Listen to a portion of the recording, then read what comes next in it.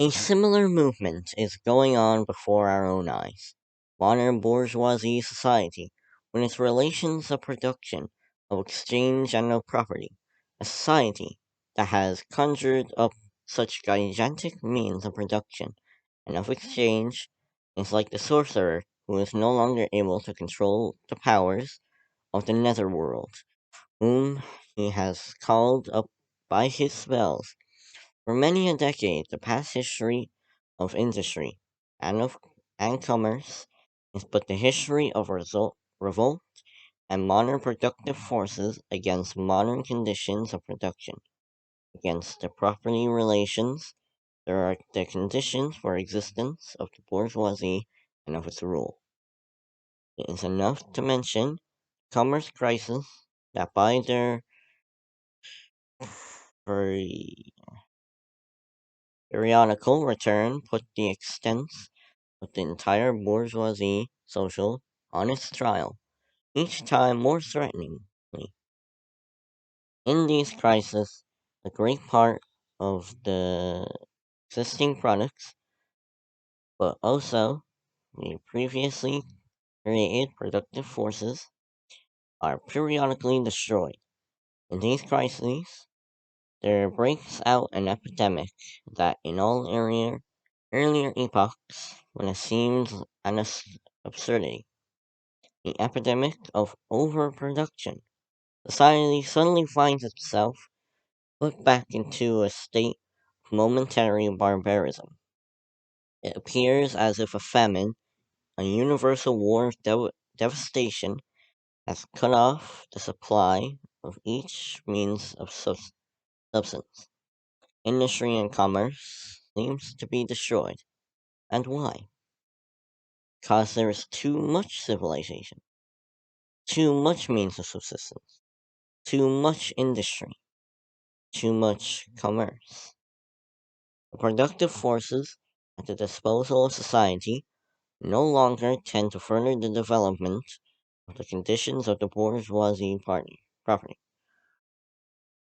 On the contrary, they have become too powerful for these conditions by which they are fettered, and so soon they overcome these fetters and they bring disorder into the whole of bourgeois society, endanger the existence of bourgeois property.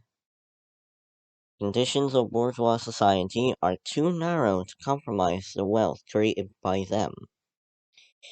And how does the bourgeoisie get over these crises? On one hand, by enforced destruction of mass productive forces, on the other, by conquest of new markets, and by more through exploitation of the old ones. That is to say, by paving the way for more extensive and destructive crises, and diminishing the means whereby crises are prevented. The weapon which the bourgeoisie fe- fells feudalism to the ground are now turned against the bourgeoisie itself. But not only has the bourgeoisie forged a weapon that that bring death to itself, it has also called into existence the men who are to wield those weapons, the modern working class, proletariat. In proportion as the bourgeoisie, i.e., capital, is developed, in the same proportion is the proletariat. The modern working class developed class as laborers, who live only so long as they find work, and those who find work only so long their labor increases capital. These laborers, who must sell themselves pri- piecemeal, are a commodity, like every other article of commerce, and are consequently exposed to all vicissitudes of competition, to all the fluctuation of the market. Owing to the extensive use of machinery and to the division of labor, the work of the proletarian has lost all individual character. and consequently, all charm of the workman. It becomes an appendage of the machine, and it is only the most simple, monotonous, and most easily acquired knack that is required of him.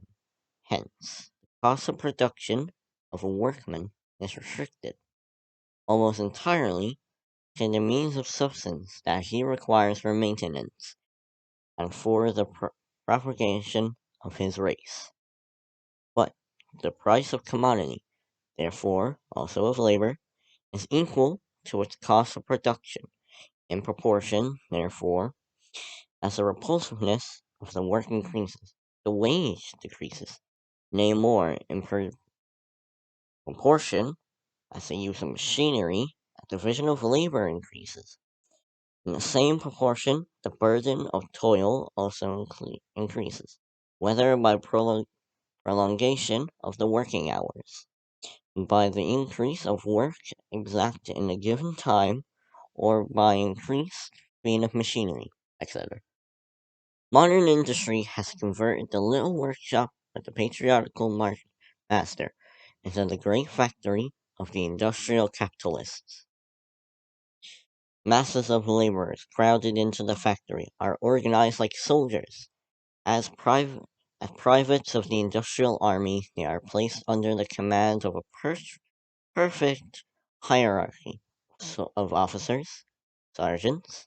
Not only are they slaves of the bourgeois class and of the bourgeoisie state, they are daily and hourly enslaved by the machine, by the overlooker, and, above all, by the individual bourgeoisie manufacturer himself. The more openly this despotism proclaims gain to be its end and aim, the more petty and more hateful, and the more embittering it is. The less the skill and exertion of strength implied by manual labor, in other words, the modern industry becomes developed, and more of its labor of men superseded by that of women. Differences of age and sex have no longer any distinctive social validity for the working class. All instruments of labor no no more or less expensive to use, according to their age and sex. No sooner is the exploitation the laborer by the manufacturer so far at the end that he receives his wages in cash, as he is set upon the other proportions of the bourgeoisie, the landlord, the shopkeeper, the pawnbroker, etc. The lower strata of the middle class, the small tradespeople, tradespeople, shopkeepers, and retired tradesmen generally, the handicraftsmen and peasants. All these sink gradually into the proletariat, partly because their diminutive capital does not suffice on the scale on which modern industry is carried upon, and it's swamped in the competition with the large capitalists, partly, partly because their specialized skill is rendered worthless by new means of production. Thus, the proletariat is recruited from all classes and population. The proletariat goes through various stages of development. When its birth begins its struggle with the bourgeoisie.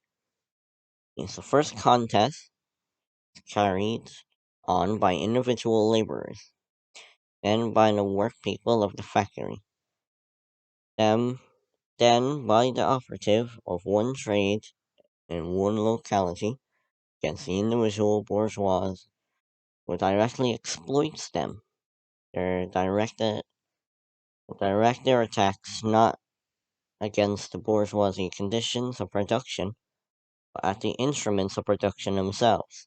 They destroy imported wares that compete with their labor. They they smash to pieces machinery. They set factories ablaze. They seek to restore the vanquished status of the workmen of the Middle